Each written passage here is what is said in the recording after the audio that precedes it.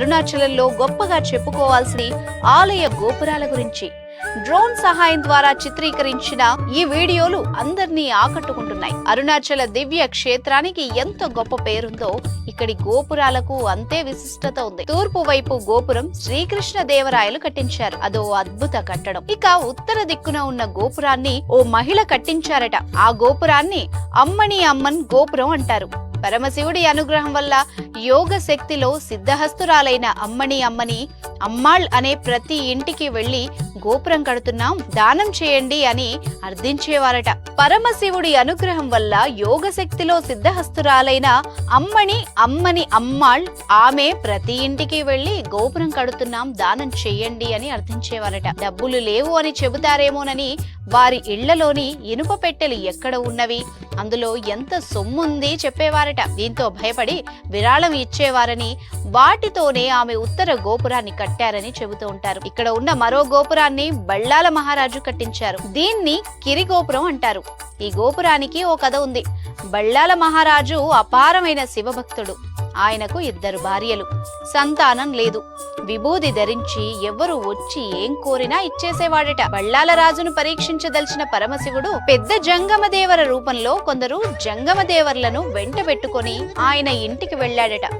అతిథి సత్కారాలు అయిన తర్వాత అందరూ దేవదాసీలను కోరగా మహారాజు పంపాడట. అయితే పెద్ద జంగమదేవరకు పంపడానికి దాసి లేకపోయిందట. దీంతో మహారాజు రెండో భార్య చెల్లమ్మ వచ్చి శివభక్తిలో ఎలాంటి లోపం రాకూడదు అని తానే వెళ్తానని అందిట. దీంతో ఆమె పెద్ద జంగమదేవర గదికి వెళ్లి నిద్రపోతున్న ఆయన్ను లేపేందుకు తాకగా పసి బాలుడిగా మారిపోయాడట. ఆ బాలుణ్ణి ఎత్తుకుని మహారాజు వద్దకు తీసుకురాగా రాజు చేతుల్లోకి తీసుకోగానే ఆ బిడ్డ అంతర్ధానమైపోయి కేవలం ఇలా మాటలు మాత్రమే వినిపించాయట. నీకు బిడ్డలు లేరని బాధపడొద్దు, నేనే నీ కుమారుణ్ణి, నీవు చనిపోయిన తర్వాత నీకు అగ్ని సంస్కారం నేనే చేస్తాను అని శివుడు వరమిచ్చాడట. బళ్ళాల మహారాజు తనువు చాలించిన తర్వాత పరమశివుడే స్వయంగా ఆయనకు దహన సంస్కారాలు చేశాడంటారు. బళ్ళాల మహారాజు చనిపోయిన రోజున ఇప్పటికీ అరుణాచల క్షేత్రంలో శివలింగం వద్దకు వచ్చి మరణ వార్తను తెలియజేస్తూ పత్రిక చదువుతారు. అనంతరం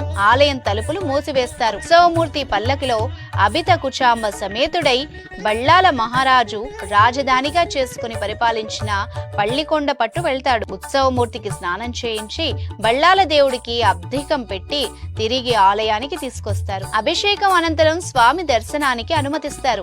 6-7 శతాబ్దాలుగా పరమశివుడే తన భక్తుడికి తద్దినం పెడుతున్న ఏకైక క్షేత్రం అరుణాచలం. ఆ బళ్ళాల మహారాజే ఆ గోపురాన్ని కట్టించాడు. ఇక కిరి పర్వతం పేరు వెనకున్న మరో గాథ ప్రచారంలో ఉంది. అరుణాచలం ఆలయం లోపలికి వెళ్తే సుబ్రహ్మణ్య స్వామి ఆలయం వద్ద బొమ్మల ప్రకారం ఆ కథ అర్థమవుతుంది. ప్రౌఢ దేవరాయల వద్ద అరుణగిరినాథర్ ఆస్థాన కవిగా ఉండేవాడు. ఆయన కన్నా ముందు సంబంధన్ ఆస్థాన కవిగా ఉండేవాడు.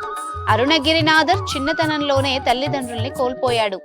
ఆయన సోదరి పెంచి పోషించగా వ్యసనపరుడై స్త్రీలోలుడిగా మారి స్వేచ్ఛగా తిరుగుతూ ఉండేవాడు. ఒకరోజు ఆమె చాలా బాధపడి నింద చేయడంతో వైరాగ్యం కలిగి ఆత్మహత్య చేసుకోవాలనుకున్నాడు. దీంతో బళ్ళాల మహారాజు కట్టించిన గోపురం ఎక్కి అక్కడి నుంచి దూకగా కింద పడుతుంటే సాక్షాత్తు సుబ్రహ్మణ్య స్వామి వారు అరుణగిరినాథర్ను పట్టుకుని రక్షించారట. సుబ్రహ్మణ్య స్వామి స్పర్శ కారణంగా జ్ఞానం పొంది కవిగా మారడంతో ప్రౌఢదేవరాయల ఆస్థాన కవి అయ్యాడని పురాణ గాథ. దీంతో సుబ్రహ్మణ్య స్వామిని నిత్యం వివిధ రకాల పూలతో అలంకరించేవాడట, అర్చించేవాడట. అయితే తెచ్చిన పూలు చాలక పరకాయ ప్రవేశం ద్వారా చిలుక రూపంలో వనాలకు వెళ్లి పారిజాత పూలు తెచ్చి పూజించేవాడట. అరుణగిరినాథర్ ఆస్థాన కవి కావడాన్ని సహించలేని సంబంధం దీన్ని గురించి అరుణగిరినాథర్ పరకాయ ప్రవేశం చేయగానే ఆయన శరీరాన్ని కాల్చివేశాడట. దీంతో అరుణగిరినాథర్ చిలుక రూపంలోనే ఆ గోపురంపై ఉండి సుబ్రహ్మణ్య స్వామిని సేవిస్తున్నాడని,